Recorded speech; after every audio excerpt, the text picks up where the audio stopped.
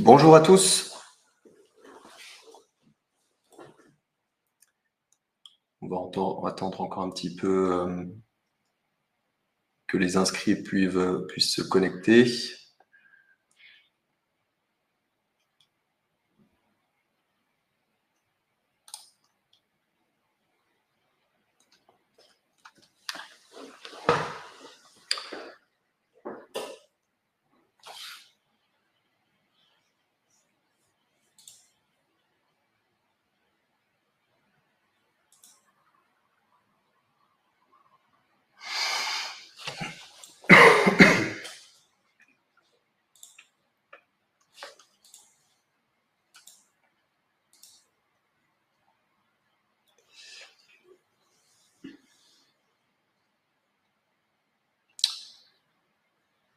Bon,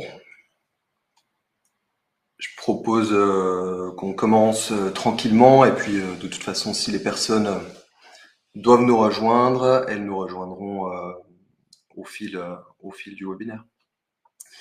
Donc déjà, merci à tous du coup d'être présents aujourd'hui pour ce webinaire. Donc je vais commencer par me présenter. Moi, je suis Robin M. Je suis responsable à la partie commerciale chez SoftConcept, où j'accompagne donc principalement les entreprises qui réalisent des tests et du développement de produits, ainsi que dans la mise en place de solutions de gestion de panel pour animer leur communauté. Donc ce webinaire se tient aujourd'hui à l'occasion en fait de la sortie de la dernière édition du Survey Magazine. Donc pour ceux qui ne connaissent pas encore le Survey Magazine, c'est un magazine qui est édité par les équipes de SoftConcept depuis l'an 2000 maintenant, et puis qui au fil des années est devenu une référence dans le domaine des études et du marketing. Et l'édition de ce trimestre, elle met l'accent donc tout particulièrement sur un sujet particulier avec un dossier donc post-JO de Paris qui explique comment les marques elles se sont adaptées à un événement donc de cette ampleur en termes d'image mais aussi d'ambition et notamment en ce qui concerne des enjeux sociaux et éthiques qui sont aujourd'hui donc des préoccupations incontournables pour les entreprises. Et au travers de ce numéro, donc on met en avant comment ces marques ont innové à la fois en termes de produits. Et pour en parler, on a donc plus d'une trentaine de contributeurs donc, qui ont partagé leur expertise dans un volume qui fait à peu près 80 pages, peut-être un peu plus, 90 pages. Donc je peux citer peut-être quelques articles relatifs à notre sujet d'aujourd'hui sur la manière dont finalement la génération Z va réinventer son rapport, par exemple, au sport en devenant des conso-acteurs. Où donc là, c'est Elodie Gentina finalement, enseignant-chercheur à l'IESEG qui en parle. On va aussi parler finalement dans le dossier de la Voice of Consumer comme le fil conducteur pour assurer le succès de l'offre sur le marché avec des personnes de chez Ixiad, Charles Trou et Julien Sodler. Ou encore, un autre article que je pourrais citer, c'est comment les marques aujourd'hui s'associent au sport alternatif pour passer d'un marketing axé sur les valeurs économiques à un marketing basé sur des valeurs sociales. Donc là, pour en parler, on a un enseignant-chercheur de chez l'ESCA, monsieur Jean-Sébastien Lecam. Donc l'objectif aujourd'hui de ce webinaire, c'est de tirer parti de cette source d'inspiration et de connaissances qu'est le Survey Mag et de voir comment on peut favoriser l'innovation produit, tout ça en intégrant la communauté donc des marques et leurs consommateurs dans le cycle de développement du produit. Donc ça, on va le faire notamment à travers de tests consommateurs et on va voir comment l'intelligence artificielle, elle peut venir s'intégrer autour de tout ça. Donc j'appuierai finalement tout au long de cette présentation. L'idée, c'est de m'appuyer sur les contributions d'experts qui figurent dans le Survey Magazine pour illustrer un peu mon propos. Et du coup, on offre exclusivement à toutes les personnes qui sont aujourd'hui présentes dans le webinaire une version numérique donc, que vous pourrez retrouver dans le fil de la conversation juste à votre droite. Donc, pour le sommaire de cette présentation, donc, L'idée, c'est d'introduire rapidement, dans un premier temps, à l'aide du support, les contextes un petit peu et les enjeux autour des tests produits à l'ère de l'IA. Et du coup, d'intégrer et de parler finalement du rôle des panels communautaires au niveau des tests produits. Et ensuite, on verra finalement comment l'IA peut s'intégrer autour de tout ça. Et on verra de façon un petit peu plus concrète 2 cas d'usage, l'un dans la cosmétique, l'autre dans l'agroalimentaire, pour identifier un peu le parcours de test produit qu'un consommateur pourrait avoir et voir comment l'IA justement interfère à chaque étape. Puis enfin, on verra un petit peu comment des solutions peuvent être mises à disposition par des éditeurs comme Soft Concept, l'accompagnement qui peut être proposé, et on aura une petite session de questions-réponses suivant le temps qu'on a.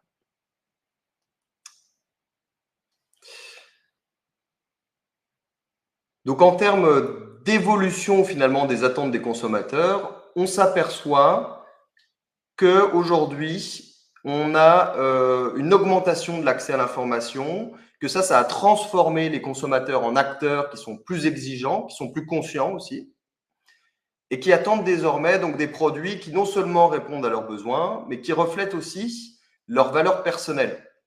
Et en ça, du coup, les marques ont dû s'adapter aux valeurs de durabilité que les jeunes consommateurs vont avoir tendance à privilégier, et pas que. Et cette tendance, elle est notamment alimentée aussi par la large présence finalement sur les réseaux sociaux où les consommateurs s'expriment mais aussi suivent des comportements. Donc ça, c'est la première chose. Et puis ensuite, on observe une demande de personnalisation où les consommateurs recherchent des produits qui sont adaptés à leurs préférences uniques. Et ça nécessite finalement des méthodes de test de produits qui sont capables de s'adapter rapidement pour recueillir des feedbacks qui sont diversifiés et détaillés. Donc, c'est un défi qui aujourd'hui est majeur finalement pour les entreprises et qui doivent constamment ajuster leurs offres pour répondre à des attentes qui sont personnalisées. Donc, on observe aussi que dans certaines méthodes plutôt traditionnelles et couramment utilisées, je prends l'exemple des focus group ou d'autres enquêtes standards qui peuvent parfois être coûteuses, chronophages et qui ne capturent surtout pas toujours la granularité des données qui sont aujourd'hui exigées par le marché. Et ces mêmes focus group peuvent parfois manquer de capturer la nuance des émotions et des réactions physiques des consommateurs lors des tests produits. Et alors, pour répondre à ça, on peut imaginer justement l'intégration de l'analyse faciale, de l'analyse de la voix, assistée par l'IA, par exemple, qui pourrait offrir une compréhension un peu plus profonde des réactions des répondants, tout ça en tenant compte finalement de leur environnement pour mettre en perspective leurs propos. Et donc, dans ce cadre-là, on a une nécessité d'agilité où les entreprises doivent être en mesure de réagir rapidement au feedback des consommateurs pour ajuster ou redéfinir leurs produits et leurs stratégies presque en temps réel. Donc ça, aujourd'hui, ça nécessite des méthodes de collecte et d'analyse de données qui permettent une interprétation rapide et précise des tendances et aussi afin de ajuster le produit pour qu'il puisse être effectué avant que les préférences de marché ne changent. Donc, l'agilité finalement et la mixité des méthodes dans les tests produits, ça devient un avantage qui est compétitif. Donc, l'intégration de l'IA dans ces processus de test, elle pourrait avoir un impact significatif pour les entreprises qui aujourd'hui l'adoptent pour plusieurs raisons. À commencer par finalement le renforcement de l'analyse de données. Oui, parce que si l'IA aujourd'hui dans les tests produits va permettre d'analyser de plus grandes quantités de données, plus variées et qui peuvent être aussi parfois déstructurées, et ça par sa force de calcul, le tout en même temps. Donc ça, c'est intéressant. Et dans un second temps, on a aussi la modernisation des plateformes qui peut être en améliorant la collecte et le traitement des données. Et ça va permettre d'augmenter la réactivité et la prédictibilité des consommateurs. Alors maintenant qu'on a posé un petit peu le cadre de tout ça, on va passer à un élément qui est au cœur de l'innovation produit, du coup, les panels. Alors pourquoi se concentrer sur les panels en particulier? Surtout, nous, on va s'intéresser à ceux qui sont construits autour de communautés dédiées, parce qu'ils peuvent non seulement compléter, mais aussi amplifier l'efficacité des méthodes traditionnelles en la plaçant comme un pivot de la stratégie d'innovation. Et vous allez comprendre comment l'IA peut graviter autour de tout cet environnement. Alors du coup, c'est quoi un panel? Un panel, c'est une base de personnes aux caractéristiques connues et son objectif, c'est de pouvoir cibler et interroger précisément les personnes qui correspondent à des critères spécifiques. Et vous allez voir qu'on peut mêler à la fois le quantitatif au qualitatif avec ce type de méthode. Et pour ça, donc on peut choisir finalement de passer par un panel externe ou par un panel propriétaire qu'on aurait créé. Et l'avantage d'un panel propriétaire, c'est qu'on va gagner en contrôle finalement sur le processus de sélection des participants aux études et on va pouvoir piloter directement les études pour en améliorer le suivi, mais aussi la qualité. Et ce type de solution peut finalement s'avérer parfois moins coûteuse à moyen ou à long terme. Donc, ce qui est important avec ça, ce qu'il faut retenir, c'est qu'on va pouvoir créer ce qu'on appelle des panels communautaires avec lesquels on va être capable d'entretenir sa propre communauté de consommateurs, de les fédérer autour d'une marque et d'avoir une relation directe, privilégiée et engagée entre marque et consommateur. Donc, en finalité, on obtient plus facilement de l'engagement avec ce type de méthode, plus de feedback, meilleure qualité, et tout ça dans un objectif d'améliorer le développement des produits. Donc effectivement, pourquoi on crée aujourd'hui un panel communautaire en 2024? Donc ça répond à un certain nombre d'enjeux qu'on a déjà abordés, mais effectivement, renforcer l'analyse de données, moderniser les plateformes de collecte, automatiser aussi des livrables et gagner du temps, du coup. En agilité, parce qu'on va être capable de souplesse pour adapter différentes méthodologies. Et l'objectif, c'est évidemment de mettre le consommateur au centre des initiatives. Et donc ça, on va parler plutôt de consumer-centric. Donc si on résume rapidement les avantages, on a une réduction des coûts qui est observée, un contrôle et une personnalisation possible, une amélioration de la qualité, de la précision, la richesse des données récoltées et une amélioration de la relation client. Et alors maintenant, comment l'IA va s'intégrer véritablement dans le parcours de test produit et autour de ce cœur qui est le panel. Donc, l'IA, elle va s'inviter d'abord dès la collecte. On va être capable de traiter les commentaires et de les interpréter en temps réel.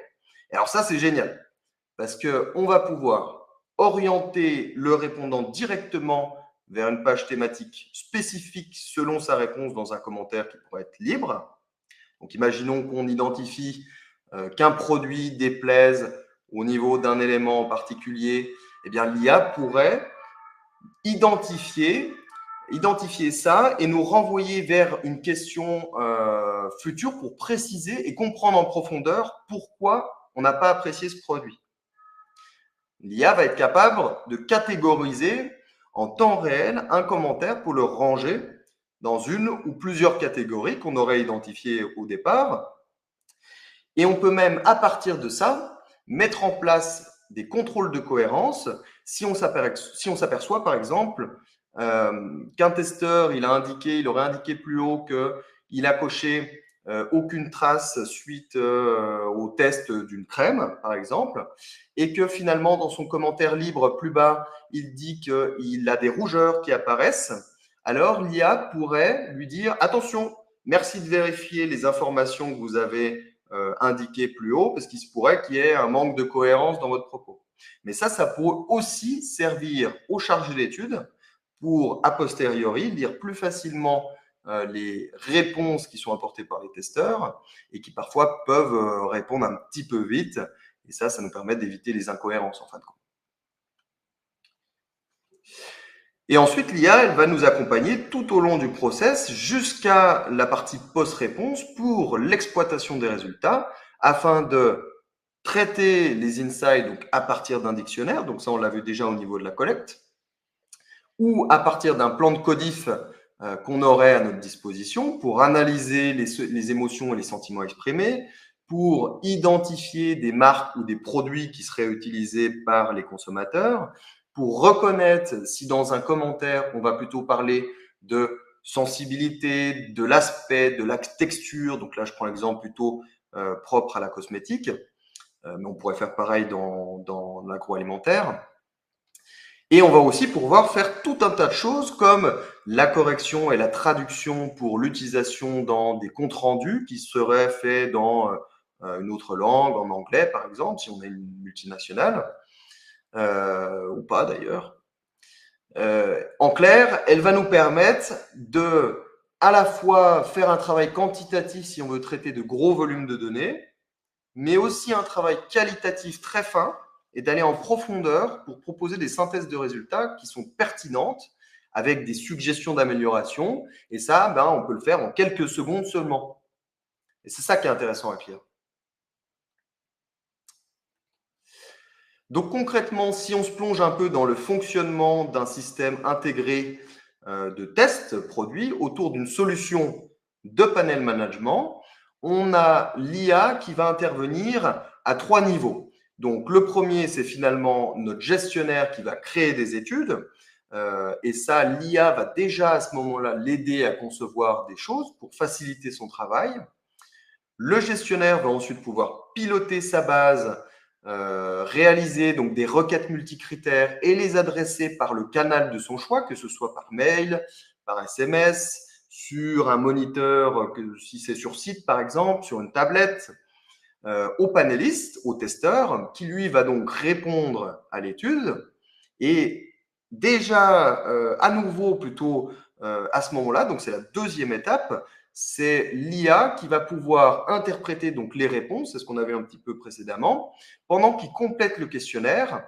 Et on va pouvoir interagir aussi avec notre panéliste par le biais d'un portail qui va permettre de faire du recrutement, mais aussi pour que le panéliste lui-même puisse modifier ses infos de profil, qu'il puisse visualiser l'historique de ses participations, éventuellement les nouvelles études à venir et pourquoi pas aussi des actualités importantes qu'on voudrait partager, quelles qu'elles soient, et du coup qui n'ont parfois rien à voir avec les études qui sont menées.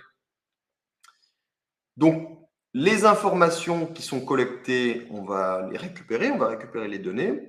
Et du coup, c'est la troisième étape. On va pouvoir interpréter ces données avec l'IA pour créer donc des synthèses et générer des rapports qui vont être diffusés aux gestionnaires et aux personnes qui sont directement concernées. Donc ça, par différents moyens, que ce soit via des rapports statiques sous forme de PDF, PowerPoint, ou sous forme plutôt de web reporting, si on veut de l'info en temps réel. Donc maintenant, je vous propose plutôt de passer à quelque chose un peu factuel pour expliquer ce qu'on vient de voir là, sur deux cas d'usage. Donc le premier dans la cosmétique, où on va parcourir ensemble du coup l'intégration et comment l'IA s'intègre dans le test d'une crème avec une étude conso qui serait plus adressée à un testeur à domicile. Et on va aller jusqu'à la fidélisation et comment on peut gérer un petit peu les incentives qu'on pourrait proposer à nos testeurs. Et on verra qu'il y a différentes méthodes finalement de recrutement possibles à nos panélistes. Et que tout ça, on peut le gérer du coup via des agendas, en mêlant aussi des quotas de testeurs, etc. Et dans un deuxième temps, on verra un cas un petit peu différent sur le test d'un sandwich, où là, l'idée, c'est de montrer comment on peut facilement mettre en place ce type de test, plutôt sous forme sur un moniteur ou sur une tablette. Et l'objectif, ça sera donc de récolter des commentaires libres pour qu'on puisse derrière faire une analyse sur le goût du sandwich, sa texture, son aspect, et du coup de mettre en évidence ces résultats dans un rapport. Donc ce que je vais faire, c'est que je vais quitter pour le moment le support, et puis je vais me diriger hop, ici, sur un petit site vitrine qu'on a créé spécifiquement, hop, là il m'ouvre une mauvaise page, spécifiquement donc, pour le webinaire, hein, très rapidement. On a créé une marque qui s'appelle Beauty Lab. Donc Beauty Lab réalise des cosmétiques 100% naturels, etc. Donc sur ce site, finalement, l'objectif, c'est de présenter la marque, ce qu'elle fait, et aussi de permettre d'être un premier point d'entrée avec nos panélistes. Donc on va pouvoir se servir de ce site vitrine pour communiquer avec eux et du coup pour faire aussi du recrutement, puisque ce site, on va pouvoir le mettre en avant sur des réseaux sociaux éventuellement. Donc là, on peut imaginer tout type de campagne pour solliciter du recrutement. Donc là, typiquement, ce qu'on a choisi de faire, c'est que la personne peut donc devenir panéliste et en fait, elle va passer par une phase de préinscription où on l'invite dans un premier temps à lui dire vous cochez tel critère, vous faites partie de telle région, donc nous on est basé à Lyon, vous habitez à Lyon, vous souhaitez rejoindre notre panel de testeurs, très bien. Et bien à ce moment-là, la personne peut cliquer et remplir un premier formulaire donc pour répondre à tout ce qui est de l'ordre des conditions de confidentialité, hein, qu'on a pour accepter la charte, etc. Donc là, je vais cocher oui, oui, oui. Hop, suivant. Et puis ensuite, on va pouvoir rentrer des premières informations signalétiques, voilà, avec le nom, le prénom, etc., pour envoyer finalement l'information au gestionnaire qu'on a envie de s'inscrire au panel, et lui va pouvoir valider ou non son inscription dans la base. Donc ça, c'est un moyen de procéder, mais on aurait pu imaginer un autre moyen qui serait plus sous forme de parrainage, où là, on est plutôt sur un modèle qui, justement, est propre à une marque qui a envie de conserver son identité un peu de privilégié. Du coup, on met plutôt en réseau nos propres testeurs qui vont eux-mêmes faire du parrainage en interne. Donc, ces deux modèles de recrutement, les deux sont possibles. On peut en imaginer d'ailleurs d'autres. Tout l'intérêt, c'est qu'une fois qu'on est validé du coup par le gestionnaire, on va pouvoir intégrer le panel et à partir de ce moment-là, le panéliste peut se connecter directement à son espace. Et donc, c'est via cet espace, hop, donc si je suis, moi je suis qui moi je suis admin. Non, je ne suis pas admin, moi je suis Robin. Hop, voilà. Donc sur cet espace, j'ai accès en fait directement à mes informations de profil. J'ai aussi la possibilité de visualiser l'historique de mes participations aux études. Donc là, on voit que j'ai participé donc à la connaissance et la perception des produits capillaires, que j'ai aussi fait un test sur une crème hydratante pour le visage, et je peux directement compléter ou modifier les informations de mon profil. Donc ça, c'est le formulaire qu'on appelle d'inclusion finalement qu'on va pouvoir retravailler.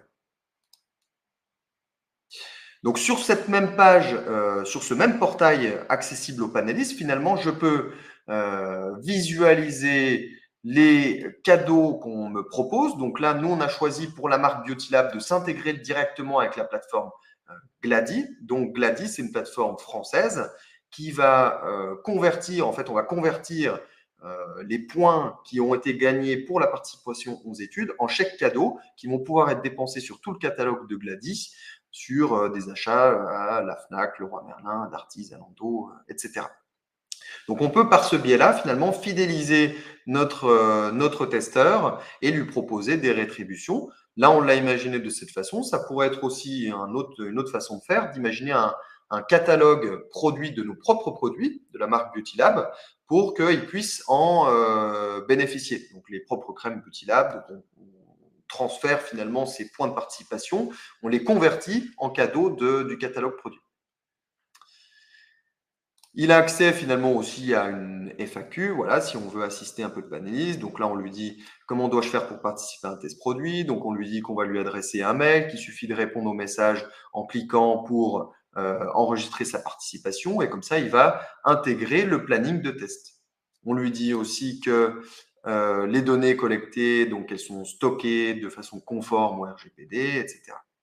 Et puis, il a finalement la possibilité de visualiser le planning des enquêtes. Alors, on s'aperçoit que ce n'est pas que des enquêtes d'ailleurs, c'est par ce biais-là qu'on va pouvoir communiquer de différentes façons On va pouvoir leur adresser, certes, des enquêtes sur, par exemple, la connaissance et la perception des produits, mais aussi des sollicitations autres qui n'ont parfois rien à voir avec une étude produit, qui pourrait être sur l'expérience en magasin, qui pourrait être sur les nouveaux supports de communication ou l'espace fidélité de la plateforme. Donc là, on cherche à connaître l'utilisation vis-à-vis de l'espace fidélité, etc. Et donc, on va pouvoir visualiser les enquêtes qui sont à venir et aussi les enquêtes terminées. Donc là, j'ai 3 enquêtes qui se sont terminées. Donc, notamment la test crème hydratante visage. Si je clique sur le détail, l'objectif de la crème, c'était de visualiser l'efficacité, enfin d'évaluer, pardon, l'efficacité et la texture de cette crème hydratante pour le visage. Et on souhaitait recueillir donc les impressions sur son pouvoir hydratant, son absorption par la peau et son effet sur le confort tout au long de la journée, etc. Et donc, une fois qu'on a finalisé cette étude, eh bien, on a la possibilité de mettre à disposition du panéliste lui-même le résultat de l'étude sous forme d'infographie. Et comme ça, en fait, on lui transmet l'information de son étude et comme ça, on l'intègre véritablement dans le développement du produit. Donc, il a l'impression de contribuer véritablement avec son avis puisqu'il s'aperçoit que, voilà, raisons pour lesquelles vous souhaitez utiliser une crème hydratante 100% naturelle. Les résultats qu'on a remarqués à H+3, c'était plutôt que la peau est plutôt lisse, que la peau est liftée. Et on s'aperçoit aussi que les personnes ont préféré la texture et la sensation après application. Donc finalement, ça, c'est une façon, en lui proposant les résultats de l'étude directement, de l'intégrer dans tout ce process et de le rendre impliqué véritablement dans la démarche. Alors du coup, tout ce que j'ai sur cette plateforme, je peux le piloter avec mon application ici, plutôt, donc là on passe en mode gestionnaire finalement. Et depuis cette plateforme, je peux accéder aux enquêtes qui sont donc en cours. Donc ça, c'est toutes les enquêtes qu'on a vues précédemment, donc le test crème hydratante, l'espace fidélité, etc. Et ces enquêtes, je peux donc les modifier, ou plutôt modifier finalement leur nom, les détails qu'on veut faire apparaître sur le portail.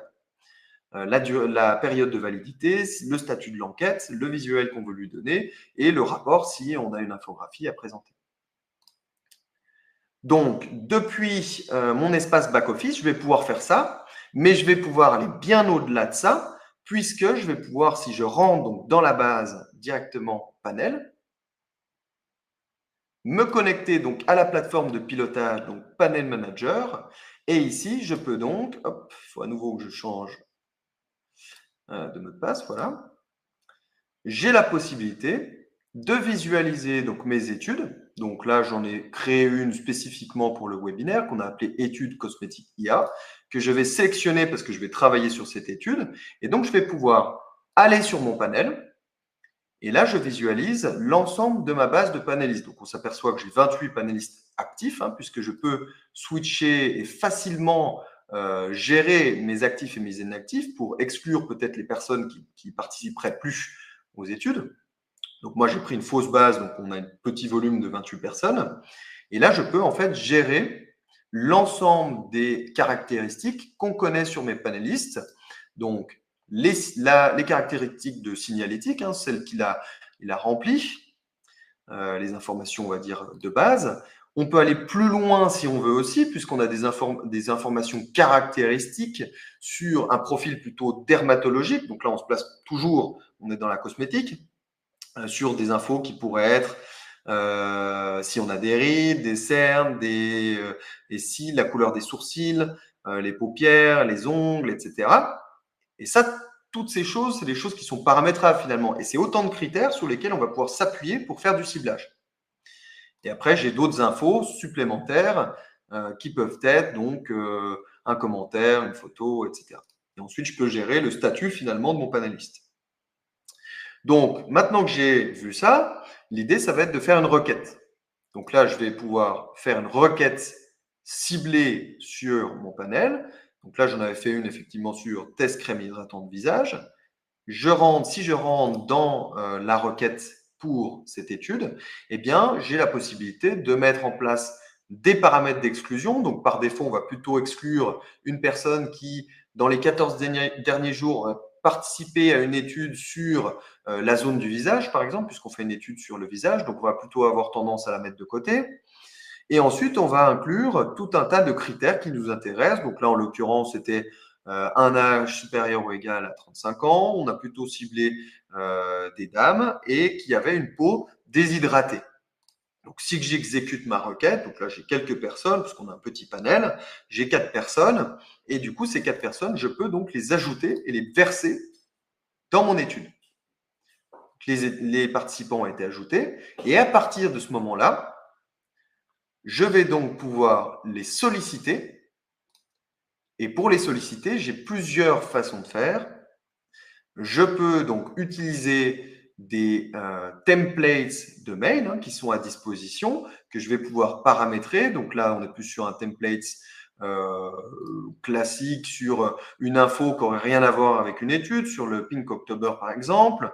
On peut paramétrer des mails de relance et là, on était plutôt dans l'optique de faire une étude sur un produit donc qui s'applique sur le visage. On inscrit donc le déroulement du test, on indique des choses auxquelles il faut porter attention et la personne va donc recevoir ça, elle va pouvoir s'inscrire au planning.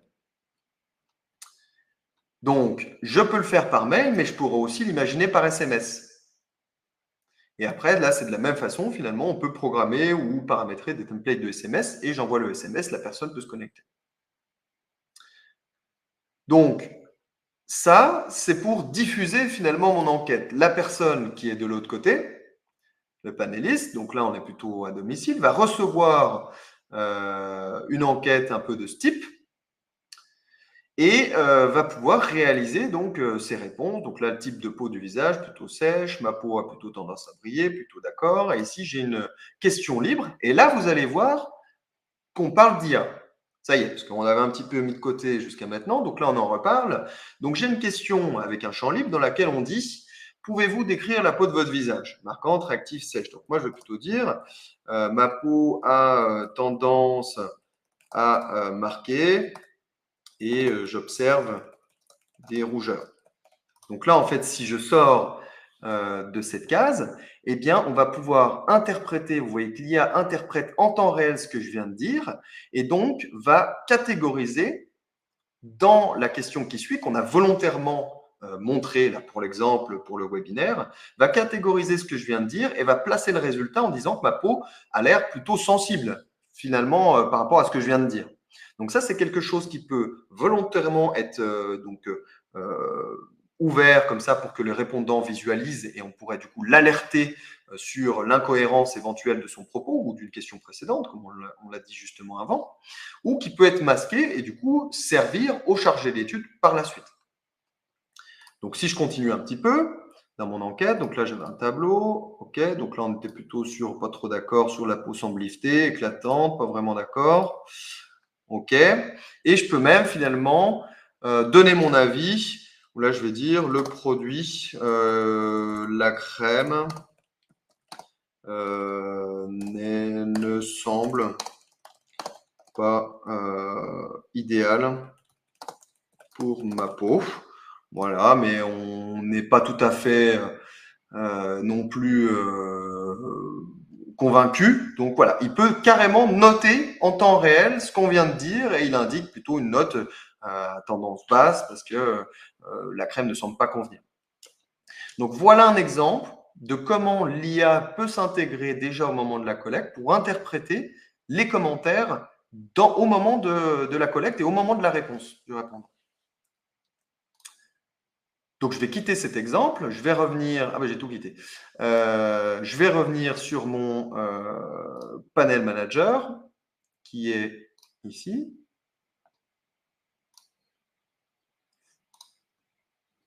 Et en fait, une fois donc que j'ai collecté suffisamment de résultats donc, dans mon étude, donc voilà, là en fait je visualise, j'ai la possibilité de voir si les personnes sont allées au bout, si elles se sont connectées, j'ai la possibilité de les relancer, de voir à quelle date je les ai sollicitées. Et donc le mail de relance que j'ai programmé, il va automatiquement partir si à partir d'une date, on n'a toujours pas eu de réponse. Donc ça, c'est pour la partie relance et automatisation finalement. Et l'idée là, c'est de montrer, une fois que j'ai collecté donc, des réponses, donc là, on a simulé quelques réponses ici.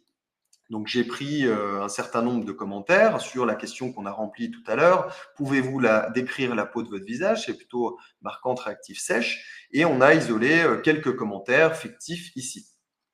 Eh bien, en fait, dès cette plateforme, dès cette interface, on va déjà pouvoir mettre en place de l'IA et utiliser donc des choses comme la classification, la correction, même l'anonymisation des commentaires, la traduction, la notation et d'autres choses, voire même créer des prompts personnalisés. Et tout ça, on peut le faire directement depuis l'interface de collecte. Donc là, imaginons, si je veux, traiter les lignes déjà remplies, oui. Si je veux traiter la colonne, pouvez-vous décrire la peau de votre visage? Et que je vais classer les résultats dans sensibilité de la peau du visage. Comme on était sur une qualitative, on avait déjà prédéfini ces modalités de réponse. Et bien là, je vais pouvoir lui demander d'analyser et de traiter chacun de ces commentaires pour identifier la sensibilité de la peau. Et ça, il va le faire finalement directement dans mon fichier de données qui est ici. Là, hop, je quitte ici. Hop. Et voilà. Et du coup, vous voyez que les résultats qui sont là, donc là, on observe rougeur, plaque rouge, dessèchement, etc. Donc, il l'a considéré comme très sensible. Ici, assez sensible. Alors, peu réactive aux intempéries et aux changements de température. Partie front de nez peut briller, la partie sous les yeux est généralement sèche. Là, il y avait un peu de nuance. Donc là, il l'a rangé, donc pas sensible du tout. Alors, ça serait peut-être intéressant, nous, de la considérer comme une quali multiple. Là, on était sur la sensibilité, mais plutôt, ça aurait été intéressant peut-être de reconnaître qu'il y a de la sécheresse qui est observée sous les yeux. Donc ça, c'est des paramètres finalement qu'on peut ajuster pour mesurer un peu la granularité, la nuance des commentaires. Mais l'idée ici, donc, c'était vraiment de s'axer sur la sensibilité de la peau. Et vous voyez que du coup, en 3 secondes, il a pu catégoriser mes 23 commentaires, un peu plus du coup, 25, j'en ai une trentaine, sur la sensibilité de la peau. Et ça, eh bien, je peux directement utiliser mon fichier de données, l'exporter pour pouvoir l'exploiter par la suite. Donc voilà un petit peu sur l'exemple lié à la cosmétique. Donc l'idée maintenant, c'est de basculer peut-être sur un autre exemple où là, on va plutôt prendre, on va essayer de réaliser ensemble très rapidement une enquête sur l'agroalimentaire, sur un test produit qui serait plutôt autour d'un sandwich, un nouveau sandwich de la gamme, et de voir comment on peut, à partir des commentaires qui sont récoltés sur ce sandwich, sur son goût et plutôt ce qui a déplu d'ailleurs sur le goût, pour proposer des suggestions d'amélioration, parce que là, on était vraiment ciblé sur de la catégorisation basique, hein, on va dire, mais là, on va demander à l'IA d'être générative, c'est-à-dire de suggérer au chargé d'études directement des suggestions d'amélioration du produit. Donc pour ça, je vais prendre un autre outil de la gamme SoftConcept qui s'appelle Ethnoform, avec lequel on peut créer une étude. Donc je vais directement me connecter à la plateforme. Donc c'est une interface dans laquelle on a différents formulaires qui sont listés, hein, que je peux catégoriser.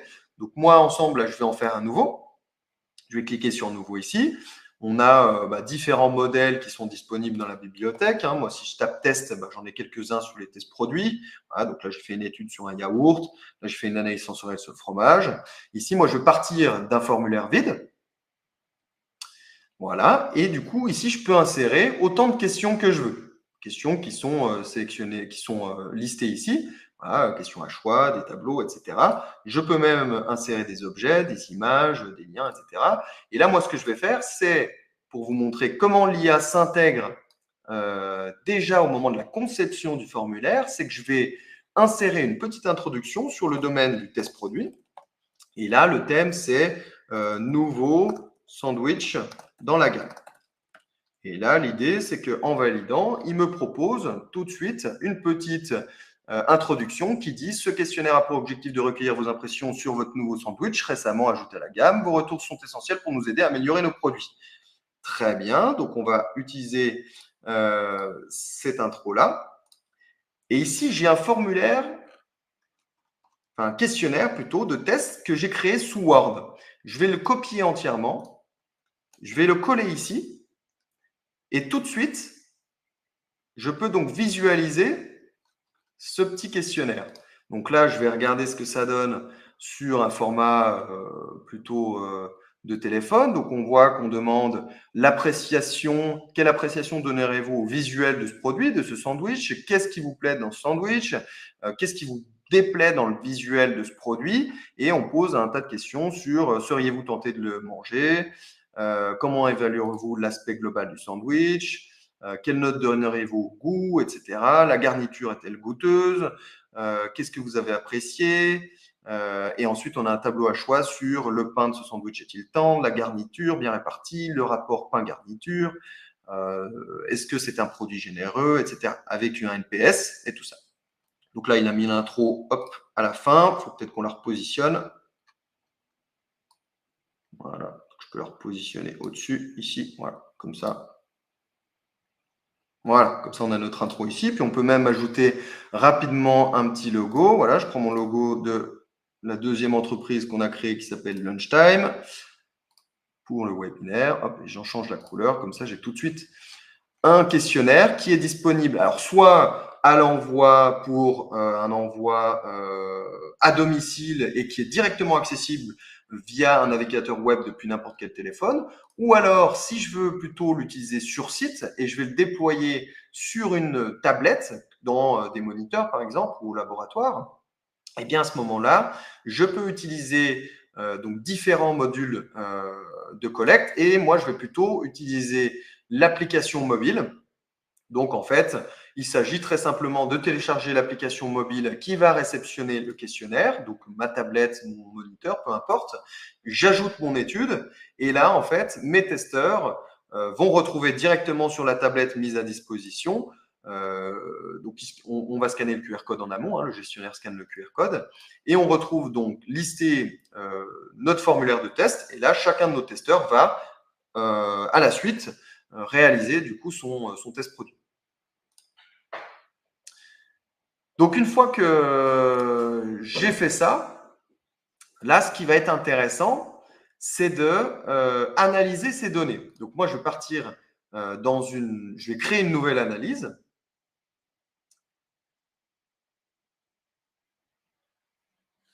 Donc il va m'ouvrir finalement mon tableur avec mes données. Donc là j'en ai pas puisque finalement je n'ai pas simulé. Donc je vais utiliser peut-être des données temporaires.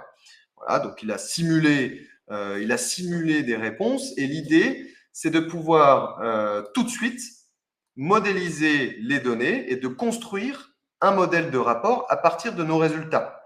Donc là, si on prend la question à la vue de ce produit, seriez-vous tenté de le manger?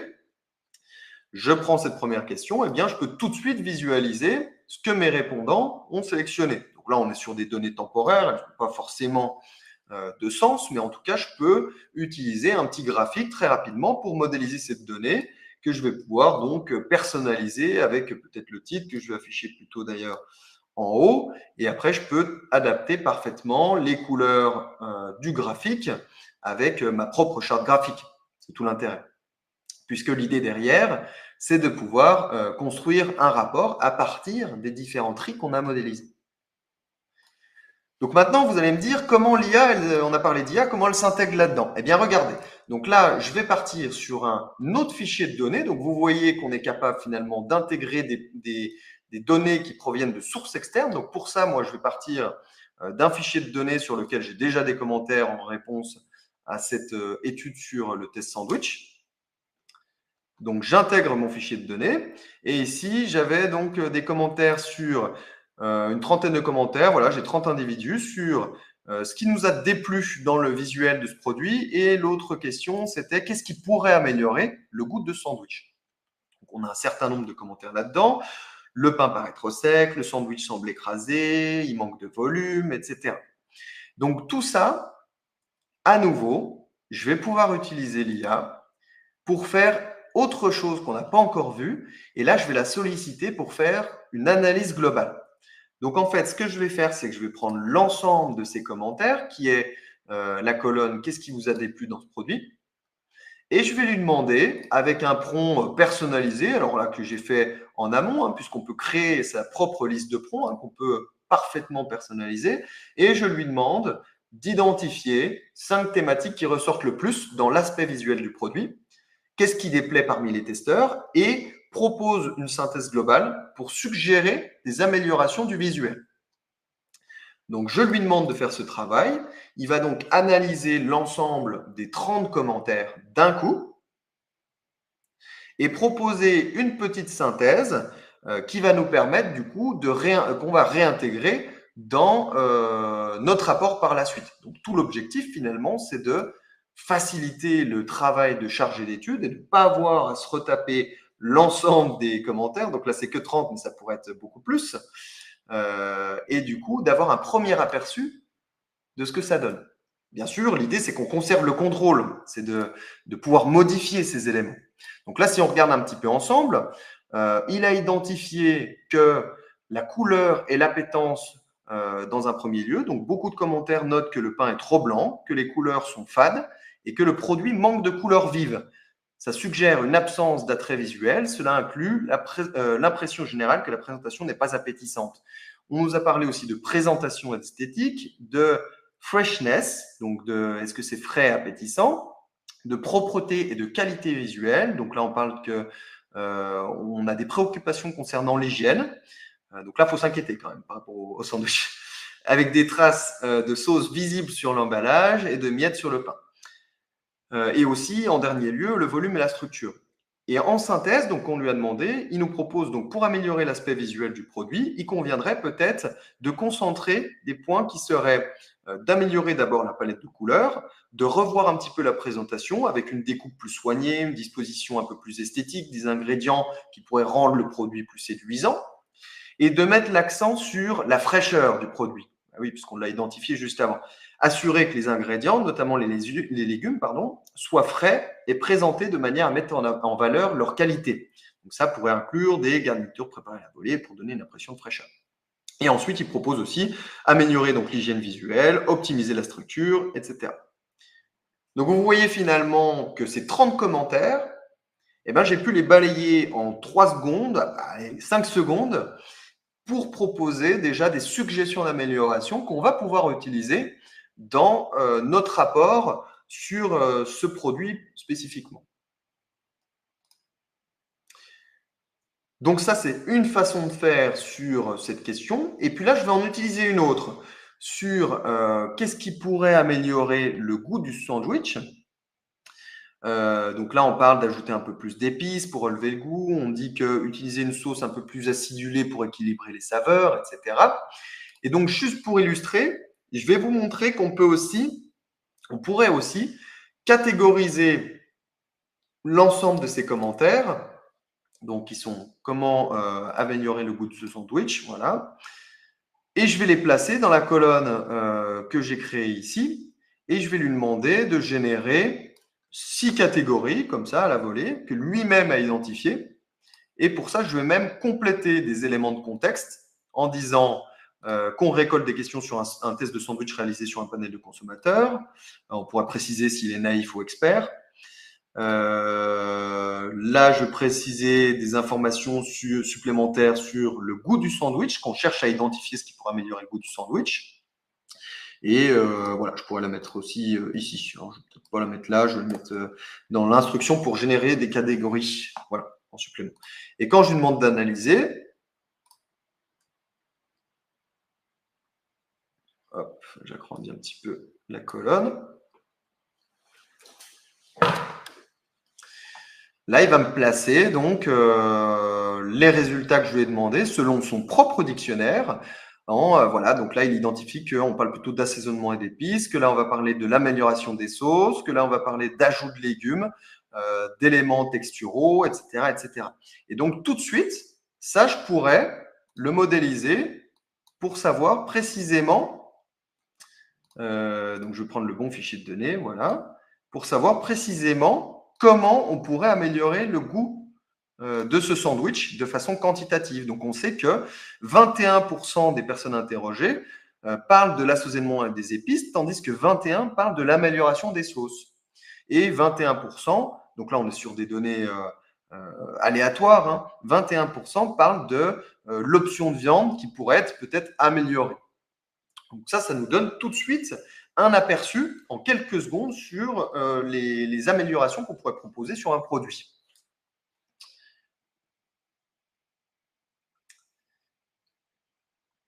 Donc, une fois qu'on a fait ça, l'idée, ça va être effectivement de créer un rapport. Donc là, je peux partir d'un template qui existe, comme celui-ci, voilà. Et je peux drag and dropper mes éléments. Hop. Alors oui, c'est si, je ne sais pas ce que j'ai pris là-dedans, mais le deuxième, là, on avait de la donnée. OK. Donc là, je peux drag and dropper mes éléments là-dedans et je peux les modifier, les ajuster. Donc là, on est comme sur un PowerPoint. Et ça, je vais pouvoir l'exporter du coup en PDF directement ou en PowerPoint. Et je peux même du coup en faire un dashboard si j'ai besoin d'aller jusqu'ici.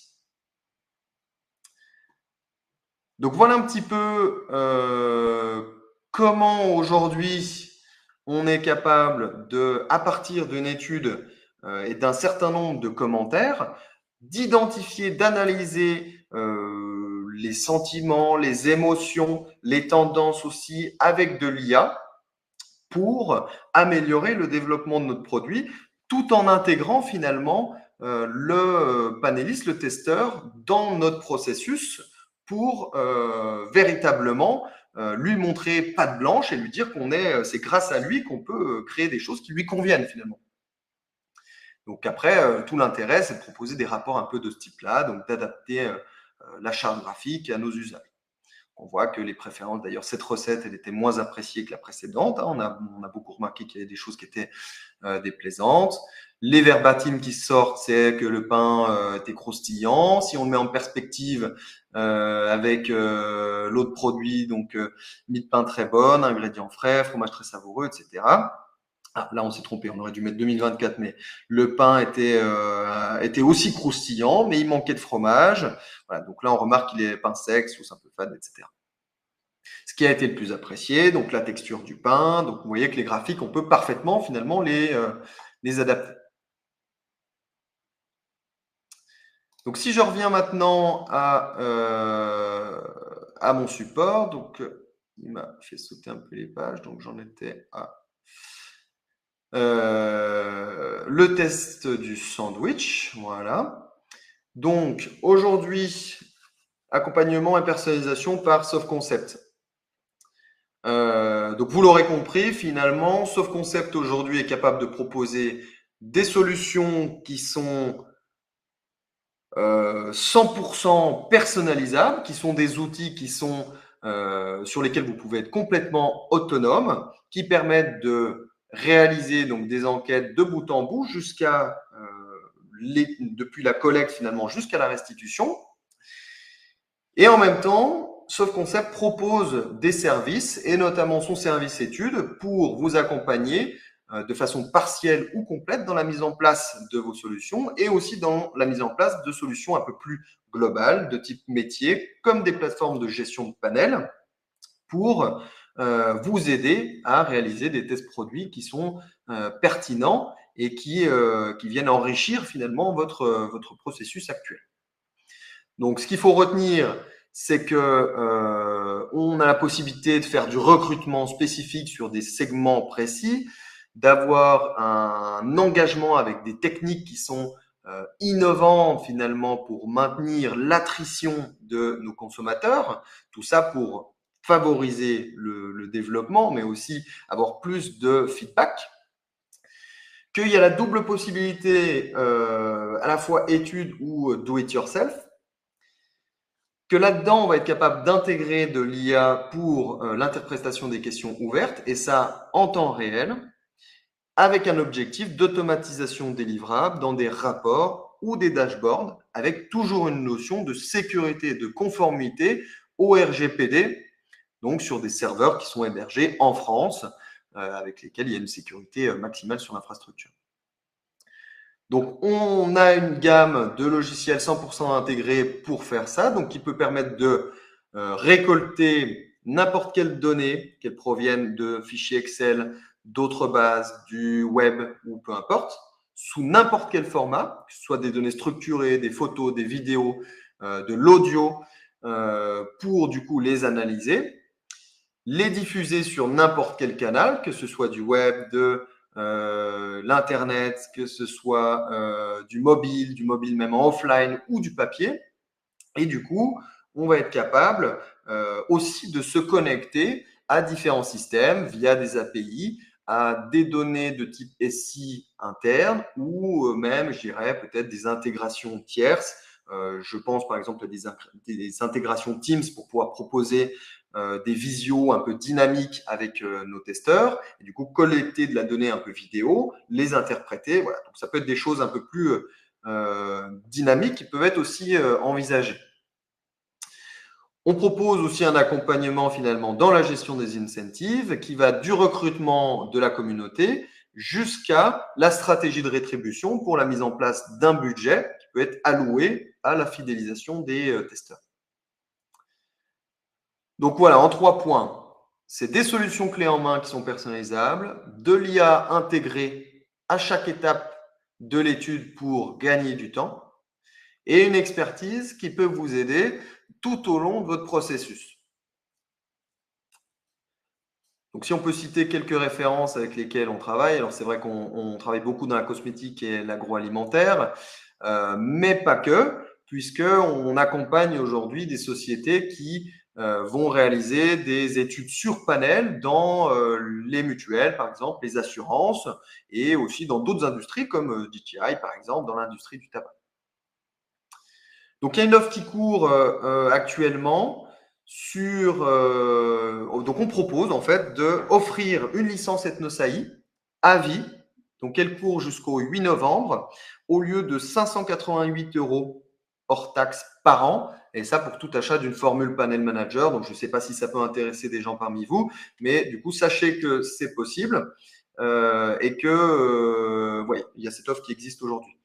Il y a aussi une offre, donc n'hésitez pas pour télécharger finalement le SurveyMag, donc avec le lien dispo dans la conversation, qui va compléter tout ce qu'on s'est dit avec l'appui finalement et l'expertise des contributeurs sur un gros volume de 80 pages, donc où on va parler de création de panels propriétaires, d'amélioration des tests produits, de la gestion des incentives. Donc, si c'est des sujets qui vous intéressent, je vous invite vraiment à le feuilleter un petit peu pour vous donner un petit peu une idée là-dessus. Donc, je vous remercie pour tout ça. Je vais regarder un petit peu si on a des questions dans le chat auxquelles je pourrais répondre. Alors, on en a une de Camille sur les mails de relance. Est-ce qu'on est limité dans le nombre de relances? Non, en fait, avec nos solutions, on n'est pas limité en termes de nombre d'envois de mails. On est plutôt sur la partie SMS. En revanche, on fonctionne avec du crédit de SMS où là, on va plutôt mettre à disposition un package ou un nombre de crédits. En revanche, sur la partie mail, on n'est pas limité. Là, on est libre. On fonctionne plutôt de cette façon.